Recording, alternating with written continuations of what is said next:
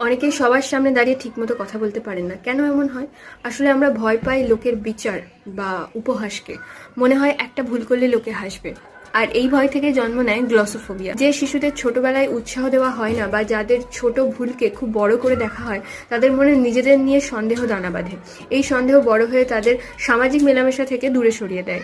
তারা প্রতিটি লাইন বলার আগে 10 বার ভাবে লোকে কি বলবে। আমরা ভাবি সবাই খুব স্মার্ট, সবাই সব জানে, কিন্তু গভীরে গিয়ে দেখলে দেখা যায় সবার গল্পটা অনেকটা এক। ছোটবেলার সেই অবহেলিত শিশুটি আমাদের ভেতরেই রয়ে যায়।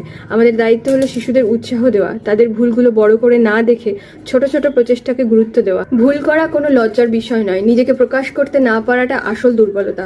10 বার ভুল করলে তবেই একবার ঠিক হবে, আর একবার ঠিক বলতে শিখলে দেখবেন ভয়টা ভ্যানিশ হয়ে গেছে। এই দুনিয়ায় নিজের ভয় থেকে নিজেকে বাঁচানোর ক্ষমতা শুধু আপনারই আছে। আপনার কোনো বন্ধুর যদি এই সমস্যা থাকে, তাকে ব্যঙ্গ না করে সাহস দিন। তাকে বোঝান যে এটা কোনো অপরাধ নয়, শুধু একটা মানসিক জড়তা।